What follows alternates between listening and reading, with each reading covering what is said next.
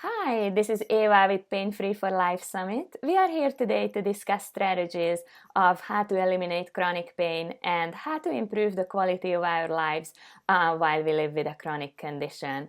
Today I'm here with Dr. Brianne Grogan with femfusionfitness.com, and she's here today to share some great strategies with us of how to improve our health and fitness. Hi, Dr. Brianne, how are you? Hi, I'm great. Thank you for having me, Eva. Thank you for joining us on this summit. Please tell us a little bit about yourself. Who are you, and what has led you to start FemFusion Fitness? Well, I am a physical therapist. I have a doctorate in physical therapy, and I was initially working in the field of clinical physical therapy with first with the geriatric population, and then I moved on to focusing on women's health. And that was just an eye opener for me. I learned that there were so many women who were dealing with painful hip and low back conditions, just chronic pain, all sorts of other specific conditions that maybe we'll get into later regarding specific women's conditions, incontinence, pelvic organ prolapse, all sorts of postpartum and prenatal and during pregnancy pain, not prenatal pain, but during pregnancy pain and postpartum pain. So just a lot of specific women's conditions that often involved pain. And I found that uh, in my practice that one of the best moves that I could give my clients was very multi-directional, multi-planar movements such as hip circles and really flowing movements like that. So later when I transitioned my business naturally because of a across the world move really to Germany, I transitioned to primarily a fitness business, and I decided to incorporate a lot of circular, flowing, feminine movements into my classes, which I had started doing in America and then moved with me to Germany. And so I've just been really focusing on the fitness aspect ever since, and it has been so helpful in helping women deal with chronic pain. It is wonderful. So, basically, the main difference between other fitness modalities and FemFusion Fitness is that it's designed for women's health and it's designed to improve women's mobility and function, right? Am I correct? Yeah. No, you're exactly right. It is just for women. It is one of those classes that I feel badly excluding men, but I do. It's just for women. It is a different class in that it's low impact, but still a really great workout for the whole body. But the focus of the entire class is on the core. So the pelvic floor starts is the base of the core, and then the abdominal muscles, all of the hip muscles, the back, and even the breathing diaphragm. So really the whole center of the body is the focus throughout the entire class. And again, it's all about conditioning and fitness, but there's a lot of, again, those circular movements included, which I found has really been beneficial at helping women with back pain. And So that's, why is yeah, that? What do those circular movements do? well, really, they incorporate all the planes of movement. So forward and back, side to side, and rotation, which really our bodies were meant to move in all directions. And so often all of us get stuck in the rut of, first of all, many of us do sit far too much. I'm guilty too as an online business owner. I sit a lot in front of my computer, and actually luckily I now have a standing desk, which is helpful. But we sit, and then when we go to the gym, maybe we do our workout, we maybe go on a walk or a run, or maybe go to the gym, lift some weights, or do something that's sort of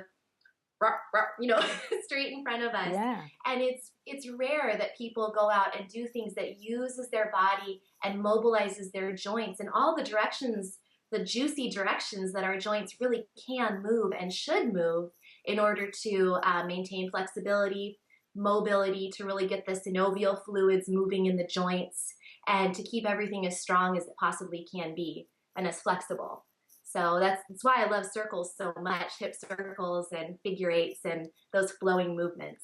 Yeah, I think it's very important that you told the audience about it and you highlighted this because really we were designed to move in three planes as opposed to just always flexing forward, right? So it's Yep. very important to use our full capacity when it comes to movement. So Brianne, you're a women's health coach and a nutrition coach.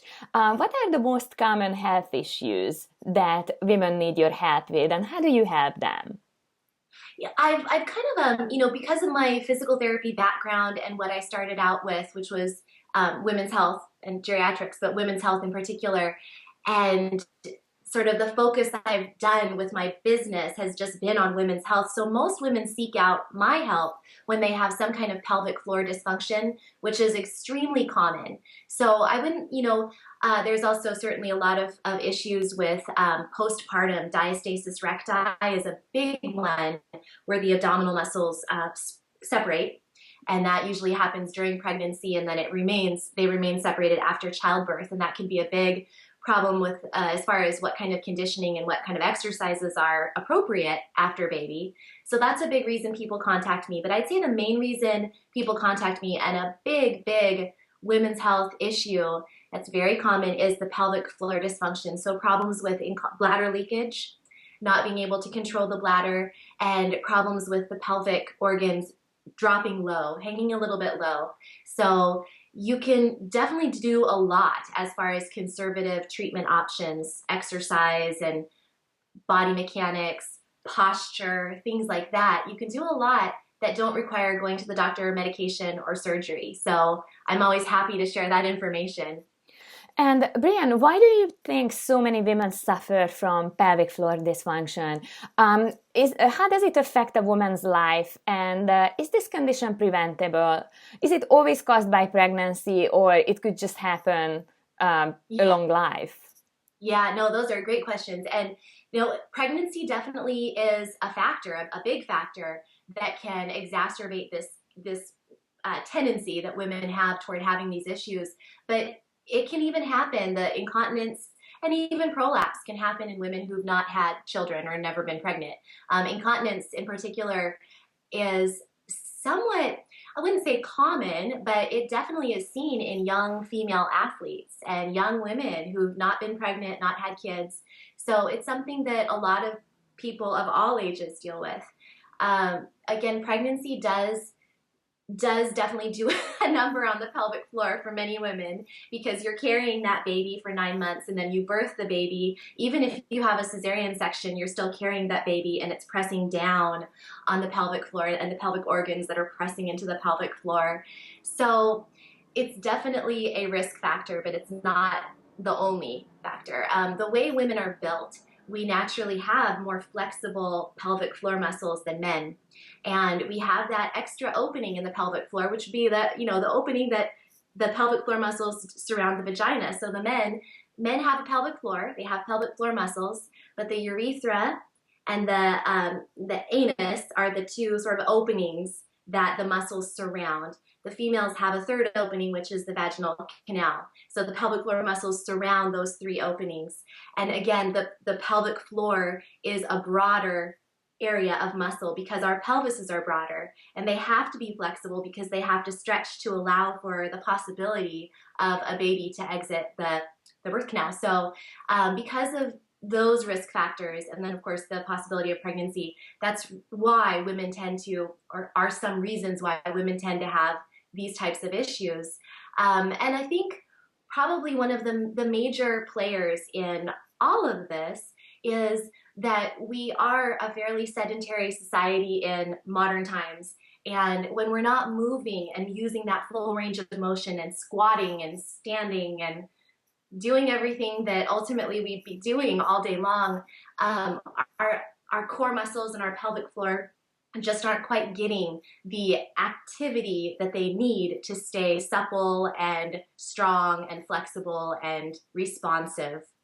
So I hope that answers your question. Yes, it does. I think it's very useful for the audience to just to realize what could contribute to pelvic floor dysfunction. Also, another thing that I always teach my clients is that the pelvic floor is like a basket and the pelvis is like a basket that houses the organs, it's very important of how we position the pelvis, right? In order to Yes. have support for the organs, because otherwise there could be too much pressure on a certain part of the pelvic floor or even too much pressure on the bladder. Am I right?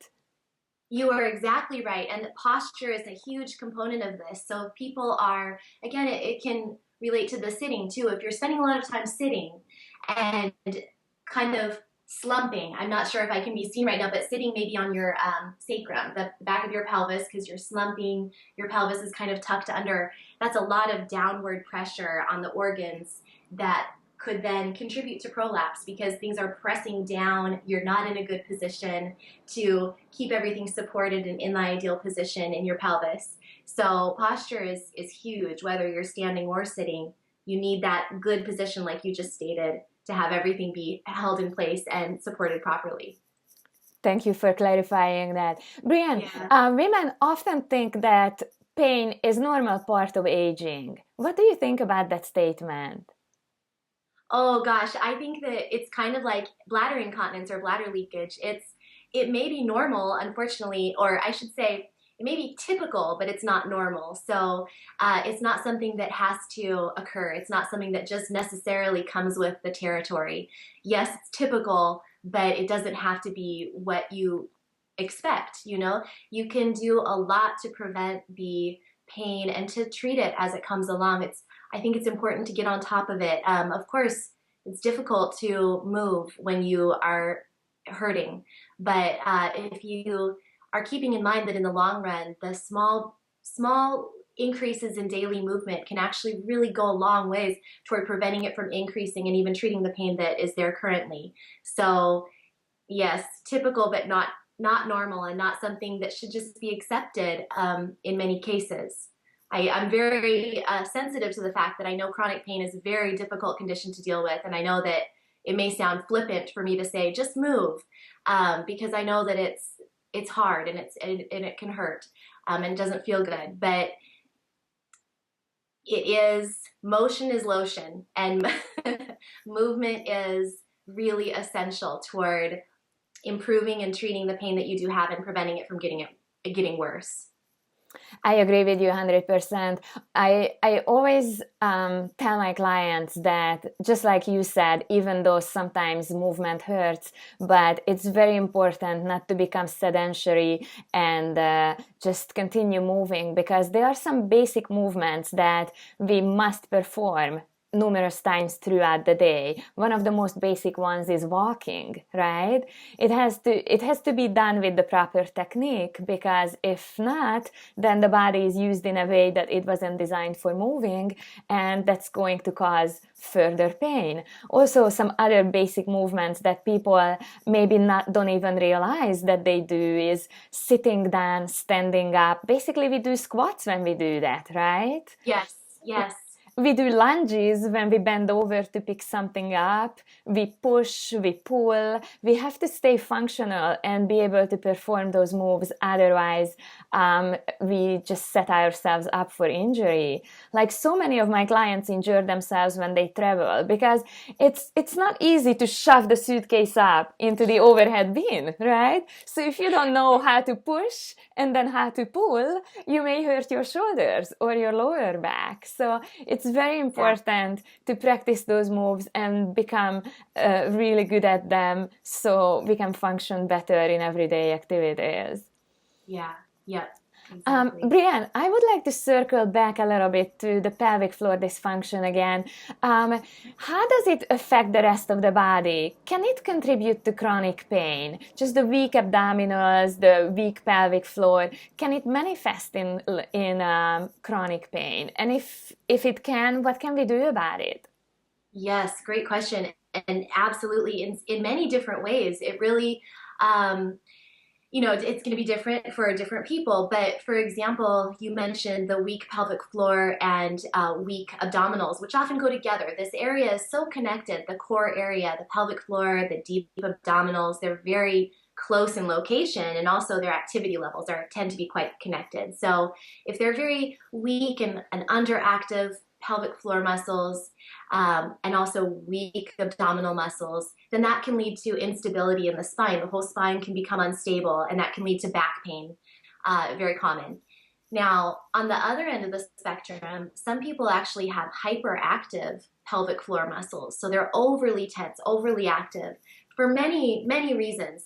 Some can include a lot of standing activities where you maybe tuck your tailbone under, you kind of tuck your bottom under to, for whatever reason, there's various reasons you might do that, but standing in a way so that you're constantly clenched and tense in the bottom can lead to an overactive pelvic floor. Or for some people, they have some prolapse. And so they've been told, or they want to try doing Kegels, and they do Kegels, which are pelvic floor contractions. They do them all day long, and they do so many Kegels that they actually overactivate their pelvic floor because they're trying to prevent that prolapse from occurring. So that's just another possibility for why those muscles can get overly tense. And then if you couple that can itself can lead to pain during intercourse, pain during sex. It can lead to all sorts of problems, and just hip and pelvic pain. It can just hurt in that area, just feel kind of heavy and tense and tight and sore and painful. It can also contribute to back pain as well. So I guess there's sort of two ends of the spectrum and everything in between that can absolutely cause chronic pain. Yeah, it just shows that every individual is different. Everybody's condition is different and could have a different background, right? Yeah. Yeah. Brianne, you're also a nutrition coach, so you give women nutrition advice. What would be your best advice to all of us? Oh gosh, there's so much advice. I guess my best advice, the one that always comes up for me because it ties into the pelvic floor as well, is to stay regular. Figure out a way to stay regular if you're not already regular, as far as constipation, and getting that under control. If you have problems with constipation, then we need to figure out ways to get things moving through you regularly, daily, ultimately. Some people say that twice a day is ideal. I say, you know what, if you're going daily, that's fantastic. Just something to stay regular so you're not having to strain when you have a bowel movement, because every time you strain, that is pushing down on your pelvic floor and pushing down on your pelvic organs and potentially contributing to prolapse again. So I really encourage people to figure out what they can do to stay regular, and usually that includes drinking more fluids, increasing their fiber intake, but that's kind of a tricky one because oftentimes people will just automatically go to the whole grain breads and crackers and that kind of thing, and that's not always right for everybody. Some people, of course, gluten sensitivity is a huge issue right now that people are aware of, but many people are sensitive to grains and whole grains even. So that one you kind of have to be careful with. I really encourage lots of produce and fruits and vegetables to get your fiber. And I also encourage plenty of healthy fats to help move things along. I think women in general tend to be fairly scared of fats. They don't want to eat fat. They want to eat low fat or fat-free. And that's really not ideal as far as hormone balance, keeping our brain functioning well, thinking clearly, feeling satiated and full between meals. And even for your gut health and regularity, you got to have some fat in there too. You know, I have a personal experience with what you just described because in my Pilates practice, oftentimes I have clients back to back for 6 hours. So I have very little downtime in between to eat. And I used to snack on granola and dried fruits and such. But then I changed my diet over to avocados, hard-boiled eggs, lunch meat, and they hold me over so much longer. Even 2 slices of avocado makes a whole lot of difference of how long I stay fulfilled, and I have not put on an extra pound. It's just, I'm just feeling completely different. I'm not starved. My brain functions much better. Overall, I'm much happier and I feel much more balanced throughout the day because I get enough fat and I get enough nutrition as opposed to snacking on something dry and more carb-based. Yes, yes, I've found the exact same thing. I crave crispy and crunchy, I do. And I've found ways to work more fats into those types of items, but definitely those dried things that you mentioned, the nuts and the dried fruits and the granolas and crackers, they're also very drying for the body too. They're not going to do anything to help with constipation and that kind of thing. So in addition to feeling more satiated and full and everything's functioning better with the fats, it's also, again, just a nice step away from those real drying foods. Absolutely. Brianne, I'm going to circle back to exercise a little bit. Yeah. Young moms are so eager to get their bodies back after pregnancy. What type of exercises do you recommend, and what should they stay away from because they're counterproductive? Yeah. Well, one big thing to stay away from for many women, again, um, if we're talking about soon after pregnancy, and if it's a woman really should check to see if she has the diastasis recti, the split in the abdominal, the surface abdominal muscles, the rectus abdominis muscles. And if she does have that split, that separation, it's important to stay away from certain exercises like crunches, abdominal crunches, and sit ups. Those can absolutely be counterproductive because they can just widen that gap. So it's also potentially not such a good idea if you have a diastasis recti to do planks and exercises that are on your hands and knees because of that downward pressure on that weak abdominal wall. So you want to be really careful. I think that it's difficult for me because I think movement of all types is so glorious. And so it's difficult for me to say categorically you should never do those moves ever, ever. Because I think there's a time and a place, especially for a plank or two, a short plank or, the bird dog exercise on your hands and knees. Even if you have a mild diastasis recti, if it's severe, you probably do want to completely avoid it for a time. But I guess what I'm saying is you want to assess yourself for that condition. If you do have the split, you want to be very, very careful and not go ahead and do the plank challenge where you're holding it for 2 minutes at a time and not do a bunch of sit-ups because those can definitely be counterproductive. You want to focus on standing abdominal exercises. Is a great way to start. And you can do that just by breathing in and letting your belly expand, and then breathing out and lifting your pelvic floor and drawing your belly button in toward your spine as you exhale is the way I teach it. And then again, breathing in and letting everything expand, breathing out, lifting your pelvic floor and pulling your belly button in toward your spine. And that in itself is a great way to just start kind of waking up and activating those deep abdominal muscles that you really want to be turned on.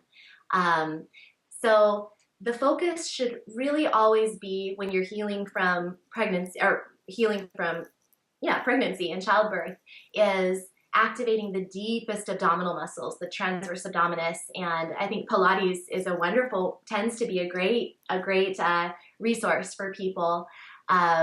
Just being careful not to overdo it is key. Because that definitely is counterproductive. If you overdo it and if you're doing it the wrong exercises, it's not going to help anything. I just had I just had a thought when you mentioned the standing abdominal exercises that I love the idea of being in an upright position and engaging the abdominal wall because that trains for function and it trains for life, right? Yes. It's something that everybody can always incorporate into their everyday lives. I always tell my clients to engage their abdominals when they stand in the checkout line in the grocery store, or when they walk or when they are upright. So basically their bodies are moving and functioning as opposed to just doing some kind of abdominal exercise in the gym. Exactly, yes. And ultimately finding that ideal posture, that ideal alignment, and then engaging everything the way we were just describing so that you're not tucking your tailbone under and then pulling your tummy in. You're not sticking your bottom way out and then pulling it in. You're in that nice ideal position. So it is extremely functional and preparing you for, to live your most beautiful posture and your healthiest life for your spine with those nice strong core muscles. Exactly. I always tell my clients to imagine that they are on the beach in a two-piece bathing suit and some evil person is looking. that does wonders to posture, don't you think? I love that. I've never heard that before, but I'm going to start using that. That's great. Oh, sometimes it's a frightening thought, but it definitely improves our posture. So, Brianne, are there any simple tips and tricks that you would suggest to all of us that we start incorporating into our everyday lives, everyday activities, just to become more functional, to become stronger, become more flexible, anything that you can think about? Yeah, the two that come to mind, I feel like I'm almost a record player on, I'm on repeat when I talk about these things, but they're just so great that I'm going to talk about them again. So all of my clients have heard me say this 1,000 times. I think the two things that I would tell anybody are the 30-30 rule, which is every 30 minutes of doing one thing, like sitting at the computer at work, you take 30 seconds to move and stretch in the opposite direction. Bring your hands behind your back, look your head up toward the ceiling, just move around, shake your body out, stand up if you were sitting down, sit down if you were standing up. Just do something that's the opposite for just 30 seconds. Or just fit some kind of movement if you don't feel like stretching, some kind of movement into your that break. So the 30-30 rule, every 30 minutes, do something for 30 seconds.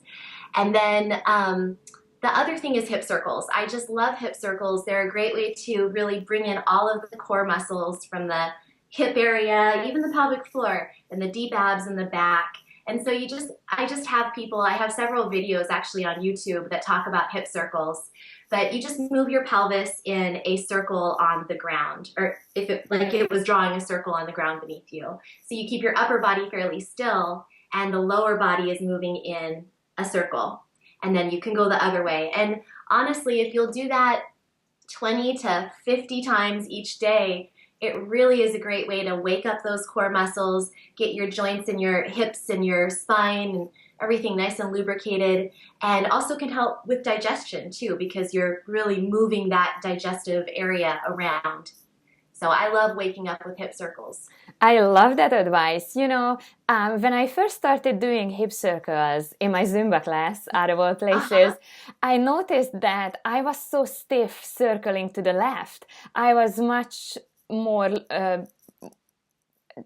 much more mobile going to the right, and it just felt so weird circling to the left. But I got so much better over time. I feel almost even now. That's great. Yeah, I think almost everybody has one side that tends to be a lot harder. For me, it's circling to the right is harder than circling to the left. But yes, I hear you. So what yet another reason to do it and practice it, because it's like, oh, there's an imbalance here. We need to fix that. Definitely. Brianne, you mentioned that you have some YouTube videos, so our audience could look up how to do those hip circles, right? For sure. Yeah, I have all sorts of videos up on YouTube. I've actually been recording videos for our YouTube for about 7 years, I think. So there's quite a collection. Some are, they're all very casual, nothing too fancy. Some are quite old, but I have quite a few new ones, and I'm constantly updating my library. So I have a lot of fun on YouTube. Wonderful, wonderful. I encourage everybody to get on YouTube and check out your videos because they are wonderful. Brianne, are you working on anything exciting these days that you'd like to share with the audience?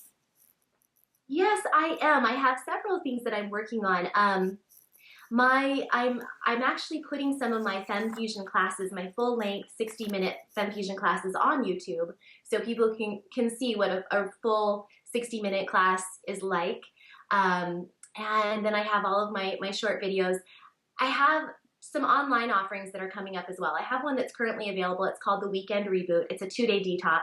And it just is nutritional. It's a real food detox. There's nothing scary and restrictive about it. But it's just a nice way to reset your body over the weekend. Then I have one more offering that's in the works, and it's actually called the Circle Solution. And it is all about hip circles, believe it or not.